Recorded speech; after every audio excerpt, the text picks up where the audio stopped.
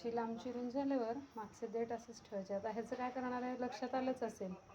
तेल गरम झाले आधी डायरेक्ट असे फ्राय करून घ्यायचे. जोपर्यंत पाण्याचा अंश संपत नाही तोपर्यंत भेंडी कोरडी होत नाही, नाही तर मग चिकट होते. आणि परवा मी जसा पर्याय सांगितला तसं मग एक आमसुलाचं कुटूक घालायचं त्याच्यात आणि हलवत राहायचं. गोल्डन ब्राऊन होईपर्यंत अशी परतायची छान. मी अशीच कढईला सारून ठेवले म्हणजे कढई गरम आहे तोपर्यंत होत राहते. आणि मध्ये मी मसाला करायला घेणार आहे. हळद, हिंग, कढीपत्ता टाकून सगळं असं परतून घ्यायचं आहे.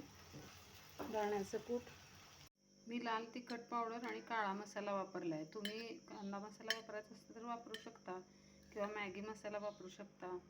शक्यतो उन्हाळ्यात अशा जैन भाज्याच करत जा, म्हणजे मुलांचा मिस्टरांचा जो काही डबा द्याल कांदा लसणाचा आणि जर गरम भरलं तर दुपारपर्यंत किंवा माहीत पण नसतं आपल्याला वेळेत मिळतं आहे का नाही. त्यांना फार उशीर झाला तर ते गरम भरलेलं कांदा लसणाचं अन्नसुद्धा नासतं उन्हाळ्याच्या दिवसात. त्यामुळे शक्यतो अशा भाज्या केल्यात आणि दिल्यात तर फार काळ जास्त टिकतात पण आणि वासही येत नाही. बऱ्याच नोकरी करणाऱ्या बायका काय करतात, आदल्या दिवशीच सगळं वाटण करून फ्रीजला ठेवतात, म्हणजे कांदा लसूण खोबरं मिक्सरला काढून. पण उन्हाच्या दिवसात काय होतं खूपच वास येतो त्याला, म्हणजे आपण गरम करून आणि सकाळी लवकर भाजी करतो दुपारी उशिरा खातो त्यामुळे भाजी ती नासण्याची शक्यता असते. त्यामुळे शक्यतो अशा कोरड्या जैन भाज्या केलेल्या कधीही चांगल्या उन्हाळ्यात. तुम्ही पण अशी भेंडी करून बघा.